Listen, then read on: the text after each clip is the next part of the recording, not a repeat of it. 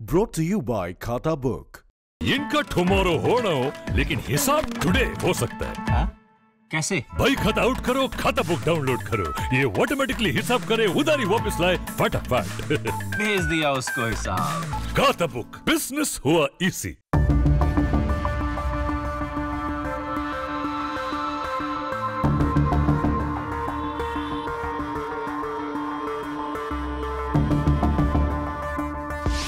Corona से जूझती दिल्ली में अब दोगुना खतरा।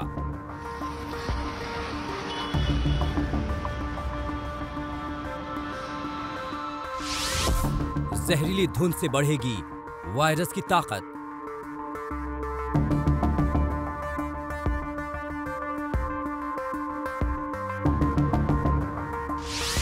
दिल्ली में दमघोंटू पराली का कोरोना कनेक्शन। खबर तो बुरी है लेकिन हकीकत यही है। हर साल दिल्ली का दम घोटने वाली पराली इस साल जाने क्या गुल खिलाएगी। बात सिर्फ प्रदूषण की नहीं, बात उस महामारी की है जिससे पूरी दुनिया जूझ रही है। लेकिन दिल्ली वालों पर प्रदूषण और कोरोना वायरस का घालमेल बेहद खौफनाक साबित हो सकता है।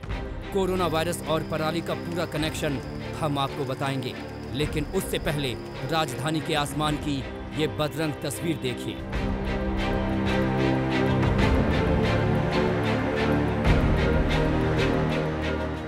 अक्टूबर के दूसरे हफ्ते में ही दिख रहा ये धुंधला मंजर दिल्ली वालों को डराने लगा है।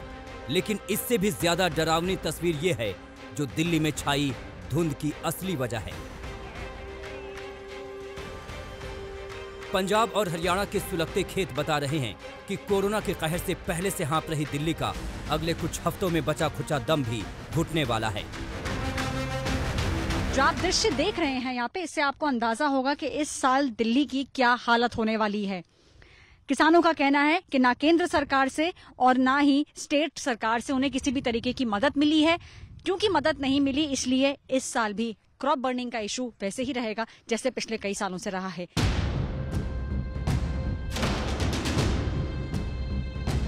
अमृतसर के आसमान से ली गई ये तस्वीरें किसी को भी सिहरा देंगी।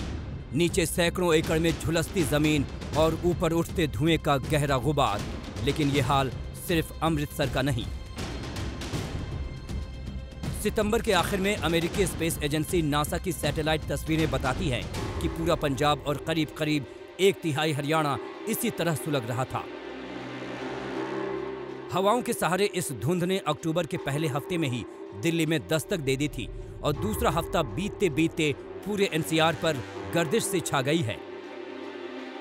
इस वक्त हम मौजूद हैं आनंद विहार इलाके के अंदर। आपको तस्वीरें दिखाना चाहेंगे कि किस तरीके से सुबह के वक्त जो प्रदूषण है वो दिल्ली एनसीआर के अंदर एक कोहरे की चादर के रूप में यहाँ पर समाता हुआ नजर आ रहा है। बात सिर्फ दम घुटने की होती तो भी कोई बात नहीं थी, क्योंकि दिल्ली वालों को तो इसकी आदत पड़ चुकी है। बात उस महामारी की बदलती शक्ल की है जो दिल्ली में अब तक करीब 6000 लोगों की जान ले चुकी है। यूरोप के कई देशों में हुई रिसर्च से पता चला कि धुंध और प्रदूषण के माहौल में कोरोना वायरस ज्यादा खतरनाक हो सकता है। देश के सबसे बड़े अस्पताल एम्स के डायरेक्टर डॉक्टर रणदीप गुलेरिया भी इस दावे पर मुहर लगा रहे हैं। पोल्यूशन भी एक डबल खतरा हो सकता है और इसमें डेटा भी है कि जैसे जैसे पोल्यूशन का लेवल बढ़ता है तो उस एरियाज में कोविड के केसेस भी बढ़े हैं और सिवियरिटी भी बढ़ी है। और उसका कारण इसलिए है कि पोल्यूशन के कारण कोविड वायरस भी हवा में ज्यादा देर रह सकता है पोल्यूटेंट के साथ मिलकर।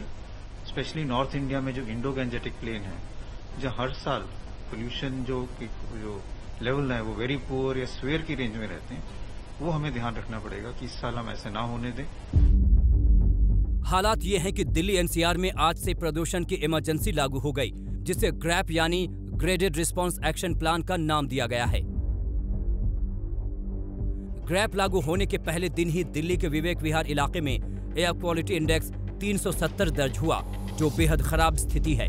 एक्शन प्लान के तहत एनसीआर में डीजल जनरेटर पर पाबंदी लगा दी गई है। प्रदूषण स्तर बढ़ने पर प्रतिबंध भी बढ़ते जाएंगे। आगे ट्रैफिक कंट्रोल और निर्माण कार्यों पर भी पाबंदी लग सकती है। अभी तो शुरुआत है। पराली, प्रदूषण और कोरोना वायरस का ये जहरीला कॉकटेल दिल्ली वालों की रगों में तेजी से घुलता जा रहा है। लेकिन बात की गंभीरता समझने और ठोस एक्शन के बजाय तमाम सरकारें इस बार भी एक दूसरे पर ठीकरा फोड़ने के मूड में हैं, बिना ये सोचे कि उनकी राजनीति दिल्ली वालों पर कितनी भारी पड़ेगी।